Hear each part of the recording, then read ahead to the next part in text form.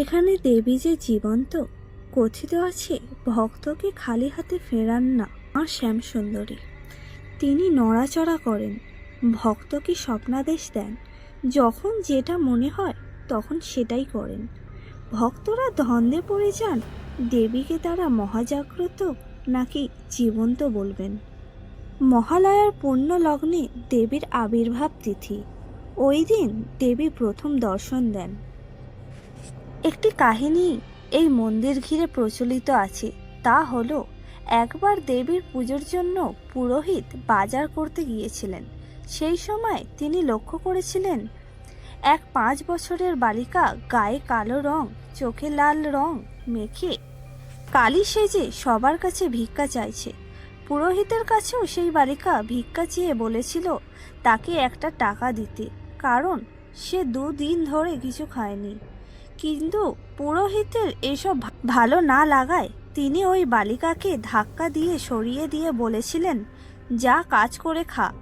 জবাবে বালিকাটি বলেছিল কাজ না পেয়েই যে সে ভিক্ষা করছে। এরপর ওই বালিকা চলে গেলে পুরোহিত দেবীর পূজার জন্য ফল, মিষ্টি, চাল, ডাল বাজার করে ফিরে এসেছিলেন। দেবীর ভোগের ব্যবস্থাও হয়েছিল। প্রচুর ভক্তের সমাগম হয়েছিল সেই দিন, কারণ দিনটি ছিল মহালয়ার পুণ্য লগ্ন। এই মন্দিরের নিয়ম হলো প্রতিটি অমাবস্যায় অন্ধকারে দেবীর পূজা হয়। শুধুমাত্র দীপান্বিত অমাবস্যা বা কালী পুজোর রাতে দেবীর পূজা হয় আলো জ্বালিয়ে। সেই রাতেও অন্ধকারে দেবীর পূজা শুরু হয়েছিল। পুজো চলাকালীন পুরোহিত লক্ষ্য করেছিলেন যে মহাদেব শায়িত রয়েছেন, কিন্তু তার উপর দেবী কালী নেই। পুরোহিত প্রথমে ভেবেছিলেন দেবীর রং কালো, তাই অন্ধকারে দেখা যাচ্ছে না। এরপরই ঘিয়ের প্রদীপ দেবীর সামনে নিয়ে তিনি দেখলেন দেবী কালী সত্যিই নেই।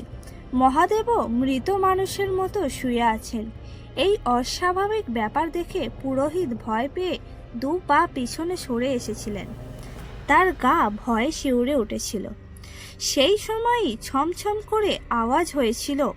পুরোহিত শব্দ শুনে বুঝতে পেরেছিলেন কেউ যেন তার পিছন থেকে হেঁটে আসছেন। সেই সময় একটি পা যেন মহাদেবের বুকে ধপ করে পা পড়েছিল। সেই অন্ধকারের মধ্যেই দেবীর মুখ খুলে জিহ্বা বেরিয়ে এসেছিল।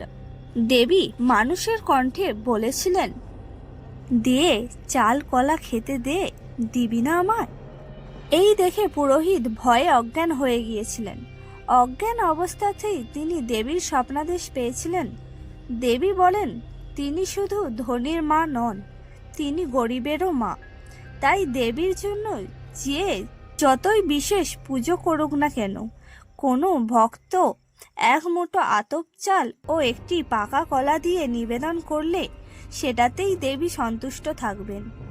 এরপর থেকেই দেখা গিয়েছে যে ভক্তই দেবীকে চাল কলা নিবেদন করেছেন, দেবী তার মনস্কামনা পূরণ করেছেন। শুধু তাই নয়, দেবী শ্যামসুন্দরীর কাছে কিছু প্রয়োজন হলে তিনি আশেপাশের বিক্রেতাদের স্বপ্নাদেশ দেন।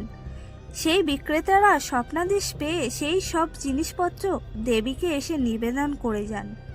কঠিন ব্যাধি থেকে জটিল সমস্যা, ভক্তদের দাবি সব কিছুই দেবী শ্যামসুন্দরী কৃপা করে অবলীলায় মেটান। ইতিমধ্যে অনেক নামি নামি গায়ক কিংবা অভিনেতারা মা শ্যামসুন্দরীর মন্দিরে এসে দর্শন করে গেছেন। তাদের মতে মা এখানে সত্যি বিরাজমান জীবন্ত কালী রূপে।